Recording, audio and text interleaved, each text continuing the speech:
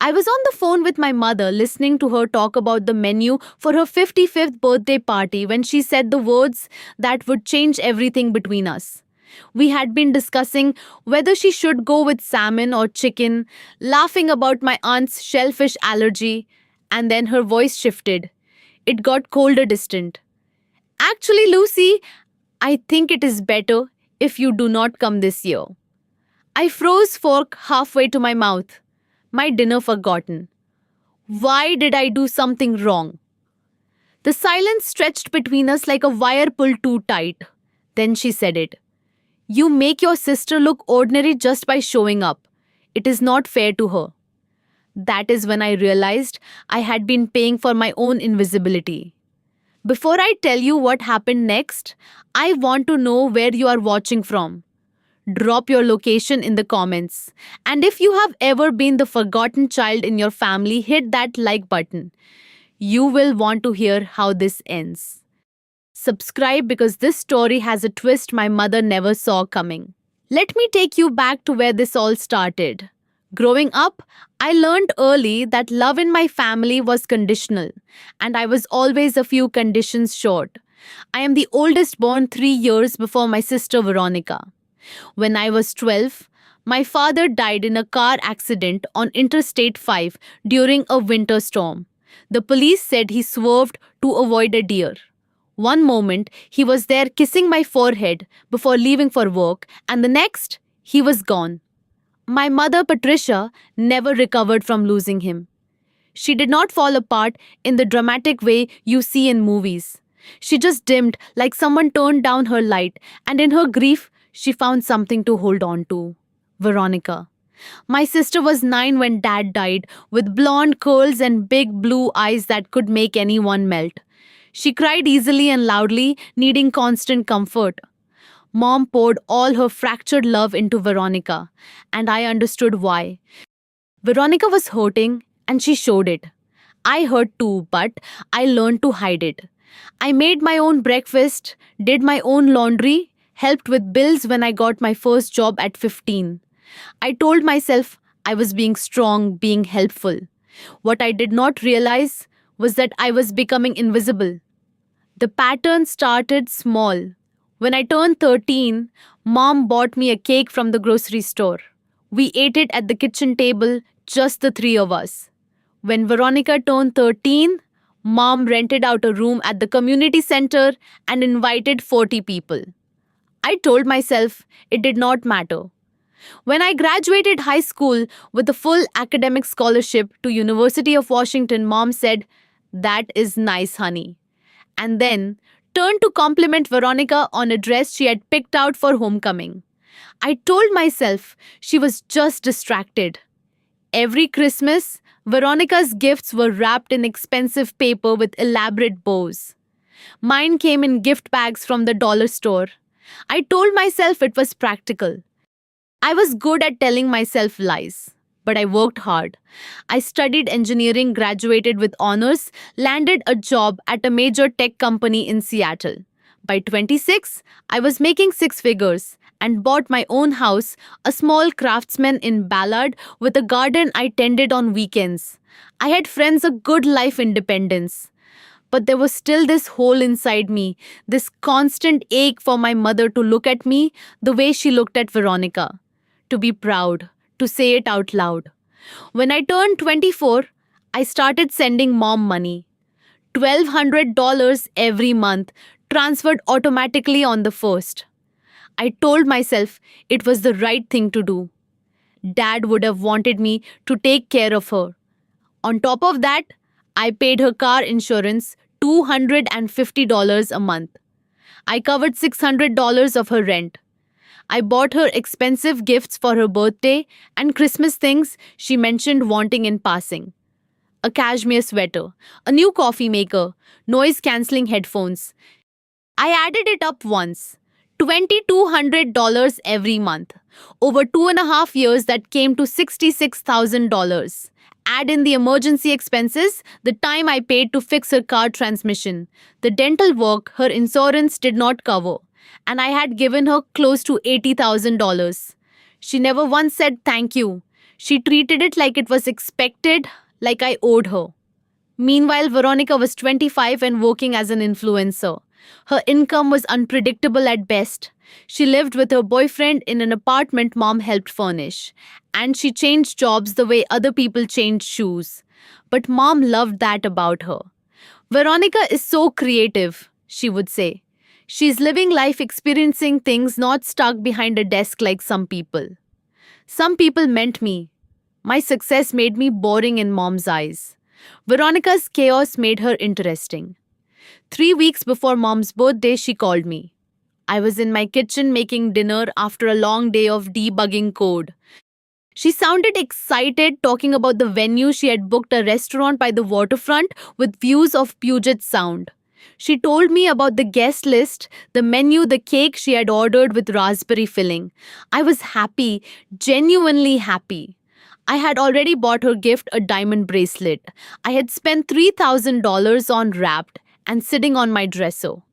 I was planning to take the day off work, maybe even the whole weekend, to spend time with her. Then her voice changed. Actually, Lucy, I have been thinking. My stomach dropped. I knew that tone. That was the tone she used before disappointing me.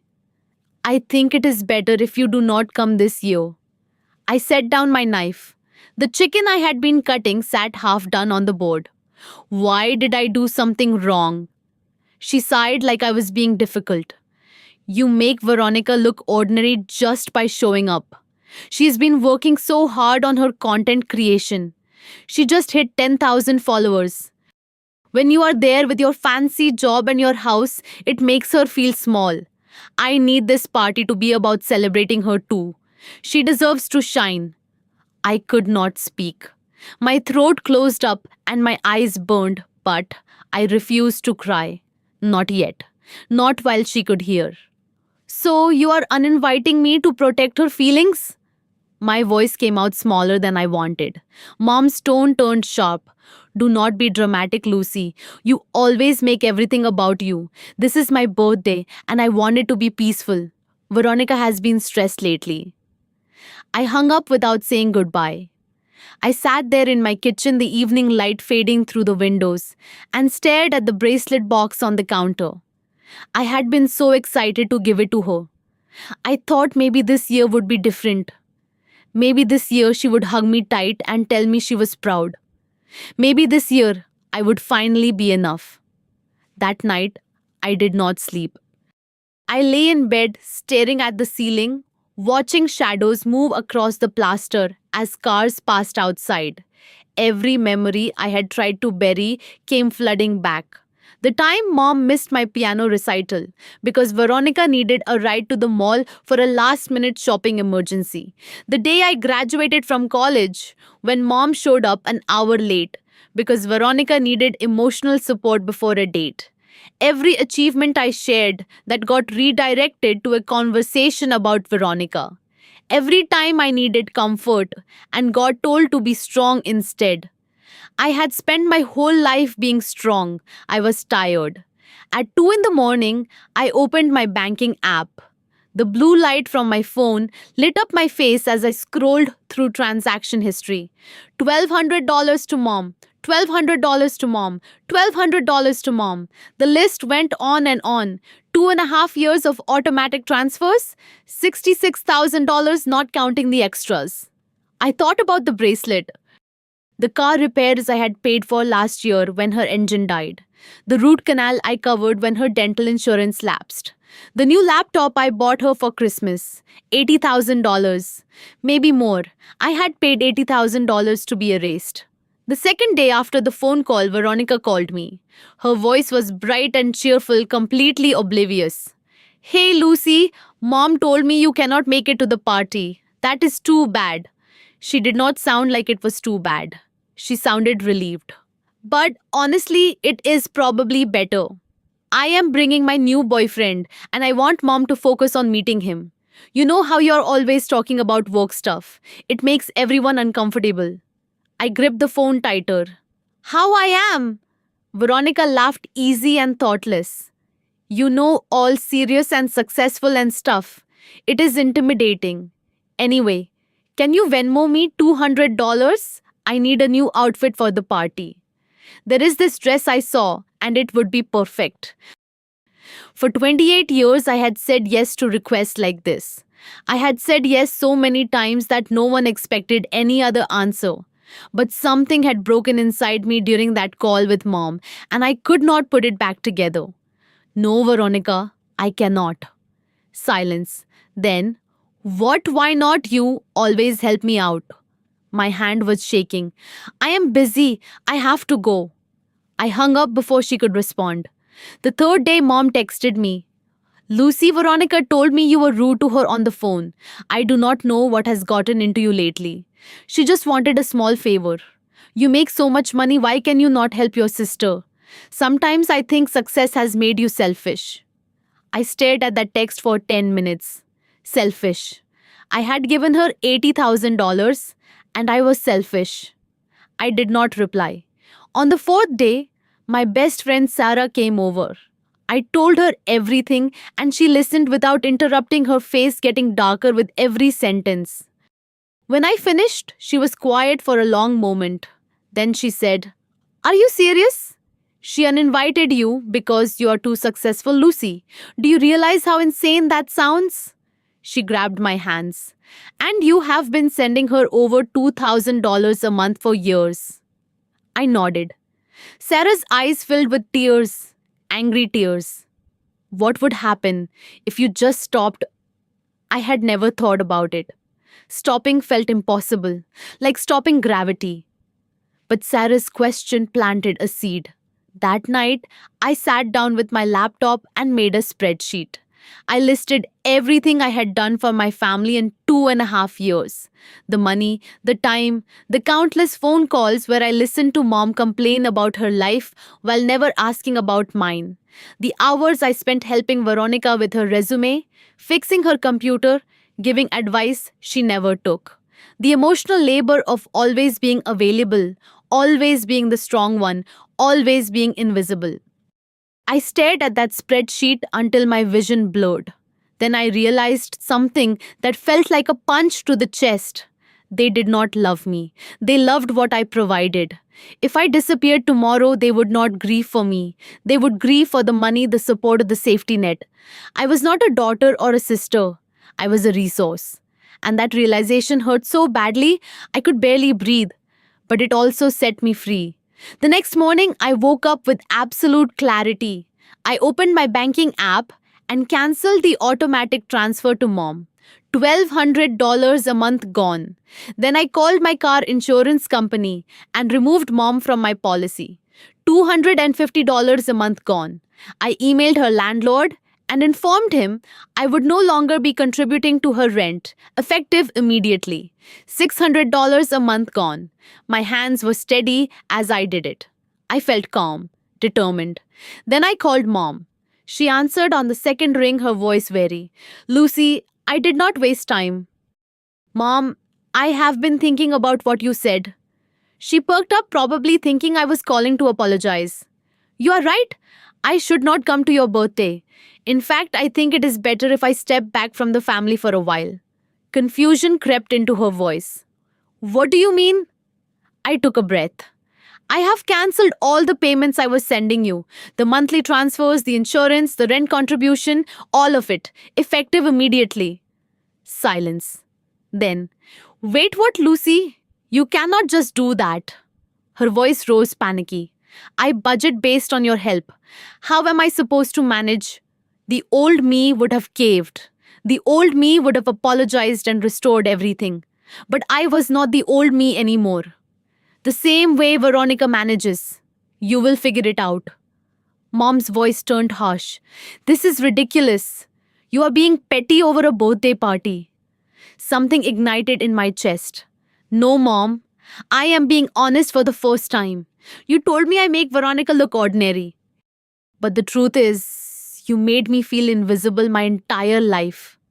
I have spent $80,000 and 28 years trying to earn your love. I am done paying for something I am never going to receive. Lucy, do not be dramatic. Let us talk about this rationally. But there was nothing rational about any of this. There is nothing to talk about. Enjoy your party, Mom. I hope Veronica shines. I hung up.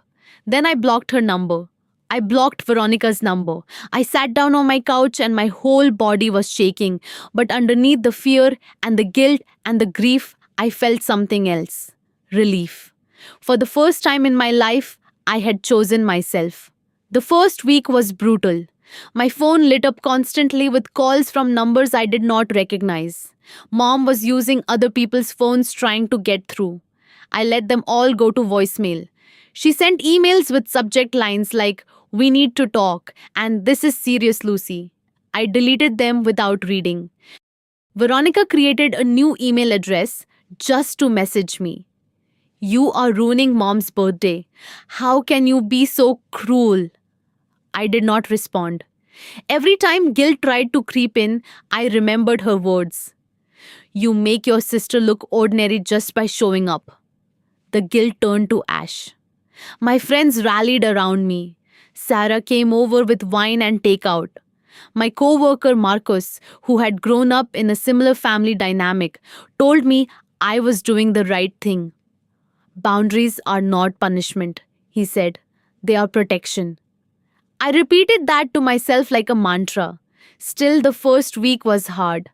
I woke up anxious, checking my phone out of habit. I felt guilty eating dinner, knowing Mom was probably struggling financially. But I also slept better than I had in years. The constant knot in my stomach, the one that tightened every time my phone rang, started to loosen. By the second week, something shifted. I had an extra $2,200 in my account. Money I usually sent away without thinking. I used some of it to book a massage. I bought fresh flowers for my kitchen table, bright yellow tulips that made me smile every morning. I signed up for a pottery class I had been eyeing for months. Small things, but they felt revolutionary. I was spending money on myself without guilt. I was investing in my own happiness. At work, something changed too. Without the constant background stress of managing my family's emotions, I could focus. I solved a problem that had been plaguing our team for weeks. My manager noticed. 2 weeks after I cut off my family, I got promoted to senior engineer with a $20,000 raise. When I told Sarah, she hugged me so hard I could barely breathe. "You see what happens when you stop letting them drain you," she said. "You thrive." 3 weeks after the phone call, Mom's birthday arrived. I went hiking with friends in the Cascades, surrounded by pine trees and clean air. I did not think about the party. I did not wonder what she was doing. I just existed, present and peaceful. When I got home that evening, I had a dozen missed calls from a number I did not recognize. Then a text from my Aunt Helen, Mom's younger sister. "Lucy, honey, what happened? Your mom is heartbroken." I called Aunt Helen back. She sounded worried but not accusatory, which was something. "Your mom's party was today," she said gently. "She cried when she cut the cake. She kept saying you should be there." I felt a twinge, but I pushed through it. "Aunt Helen, did Mom tell you why I was not there?" A pause. "She said you were upset about something small. Work stress, maybe." I laughed a bitter sound. "That is not what happened." I told her everything: the phone call, the uninvitation, the reason, the years of favoritism, of being invisible, of paying for love I never received. When I finished, Aunt Helen was quiet for a long time. Then she said, her voice thick, "Oh, Lucy, I am so sorry. I had no idea Patricia treated you like that. I knew she favored Veronica, but I did not know it was this bad." She sighed. "You did the right thing, honey. Do not let her guilt trip you. She needs to face what she has done." That conversation helped more than I expected. Aunt Helen was the first family member to validate my choice. She did not make excuses for Mom. She did not ask me to reconsider. She just saw me, really saw me, and told me I mattered. It was a small thing, but it felt enormous. The first month without my financial support, Mom used her savings to cover the gaps. But savings run out. The second month, she had to make cuts. She cancelled her cable. She stopped going to the gym. She started buying generic brands at the grocery store instead of name brands. Small changes, but they added up. The third month, her car insurance lapsed because she forgot to pay it herself. She had gotten used to me handling it. When she went to renew it, the agent quoted her $500 for 3 months of coverage. She called it highway robbery. It was just the price I had been paying all along. Her landlord sent her a reminder that rent was due in full. For years, I had covered $600 of her $1,200 rent. Now she had to pay it all. She called the landlord to negotiate, but he was not interested. Your daughter was very reliable, he told her.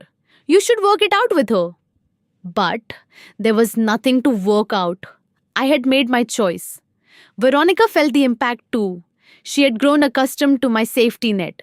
When her car broke down, she called mom for money, but mom did not have it. When she wanted to buy new camera equipment for her content creation, she called mom. No money. Veronica started complaining that mom was being cheap. Mom snapped back that she was broke because Lucy had abandoned them. Their relationship, which had always been easy because mom gave Veronica everything, started to crack under financial pressure. By the fourth month, mom was exhausted. It was not just the money, though, that was a huge part of it. It was everything else I had been doing that she had not noticed. I was the one who called her every week to check in. I was the one who helped her fix her computer when it froze. I was the one who scheduled her doctor's appointments and reminded her to pick up prescriptions. I was the one who listened when she was lonely. Veronica was busy with her own life. She posted photos on social media, but she rarely called. She visited even less. Without me, mom was alone. One evening in late autumn, I came home from work to find someone sitting in the lobby of my building. At first, I did not recognize her. She looked smaller, older, worn down in a way that startled me. Then she looked up and I saw it was mom. My heart stopped. Mom, what are you doing here? She stood up slowly and I saw tears streaming down her face. I needed to see you. You would not answer my calls. She had driven 6 hours from Portland to Seattle. 6 hours to sit in my lobby and wait. You drove all this way. My voice came out flat. She nodded, wiping her face with shaking hands. I made a terrible mistake, Lucy. I have been a horrible mother to you. Part of me wanted to comfort her. The old part, the part that always took care of everyone. But I stayed where I was. You did not just take me for granted, Mom. You erased me. You told me not to come to your birthday because I made Veronica look ordinary.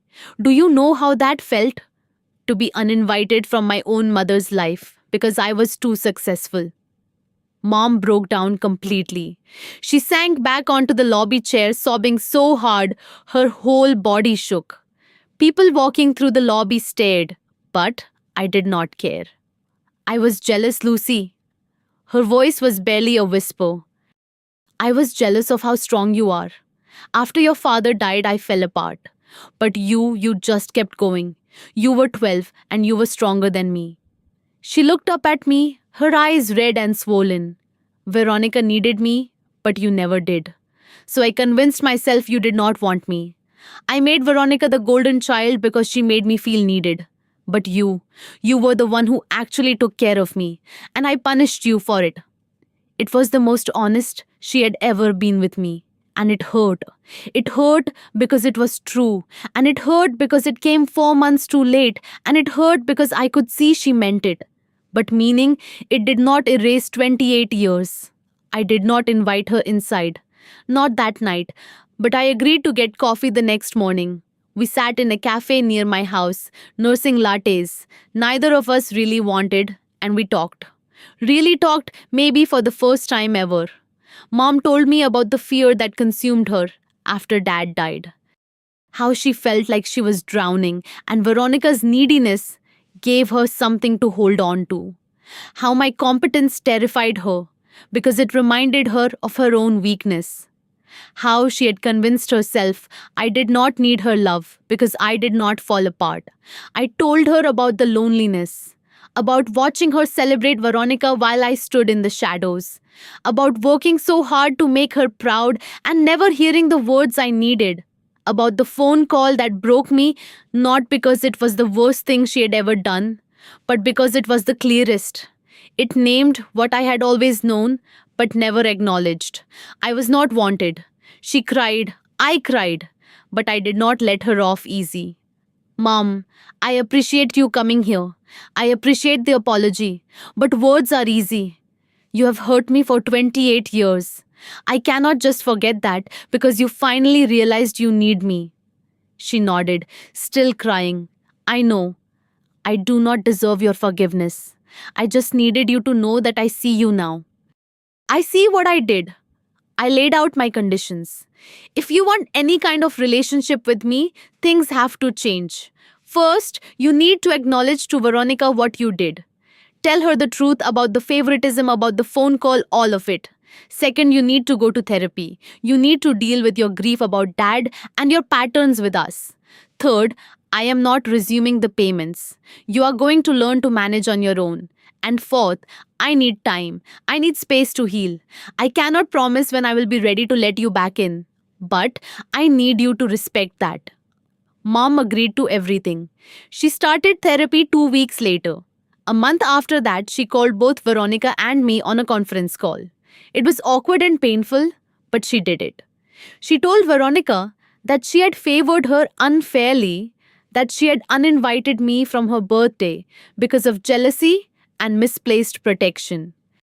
Veronica was defensive at first, insisting it was not that bad. But as mom kept talking, I heard her voice change. She got quieter. At the end of the call, she said, Lucy, I did not know. I knew mom liked me more, but I did not know it hurt you this much. I'm sorry. It was not a perfect apology, but it was a start. Over the next 6 months, things slowly shifted. Mom called me once a week, not to ask for anything, just to talk. She told me about her therapy sessions, about the things she was learning about herself. She asked about my life, my work, my pottery class. She listened, really listened. It felt strange at first, unsettling, like learning a new language. But gradually, it started to feel normal. I started sending her money again, but on my terms. $200 a month as a gift, not an obligation. She thanked me every time. Veronica got a stable job at a marketing firm and started contributing to mom's expenses too. We were not a perfect family. We were not even a close family, but we were honest. And that was more than we had ever been before. I kept going to therapy too, working through the childhood wounds, learning to set boundaries not just with my family, but in every relationship. I started dating someone new, a software engineer named David, who saw me, really saw me, and did not need me to be anything other than myself. It was terrifying and wonderful. Looking back now, almost a year later, I can see that phone call for what it was. The worst and best thing that ever happened to me. It broke my heart, but it also broke the pattern. For 28 years, I believed my worth was tied to what I could provide. I thought, if I gave enough, achieved enough, helped enough, maybe I would finally be seen. But you cannot buy love. And you should not have to earn it from your own mother. Walking away was not cruelty. It was self-preservation. Sometimes the most loving thing you can do is let people face the consequences of their choices. My mother did not change because I begged. She changed because I stopped enabling. I stopped cushioning her from reality, and reality taught her what my words never could. Forgiveness is complicated. It does not mean forgetting. It does not mean going back to how things were. It means releasing the anger so it does not poison you. I forgave my mother, but I did not give her back the power to hurt me. Our relationship now has boundaries, respect, honesty. It is smaller than it was, but it is real. And real is better than the fantasy I spent decades chasing. If someone in your life makes you feel invisible, remember this: your presence is not a burden, your success is not a threat, your worth is not negotiable. And sometimes the most powerful thing you can say is not, I forgive you. It is, I am done waiting for you to see me. I finally see myself. Azid, that was the day I stopped being the forgotten daughter and became the woman who chose herself. And you know what? I have never looked back. Now I want to hear from you. Have you ever had to walk away from family to protect yourself? Drop your answer in the comments. And if this story resonated with you, hit that like button and subscribe so you do not miss what I share next. Share this with someone who needs to hear that choosing yourself is not selfish, it is survival. Thank you for listening to my story. I hope it reminds you that you are worthy of love that does not cost you everything.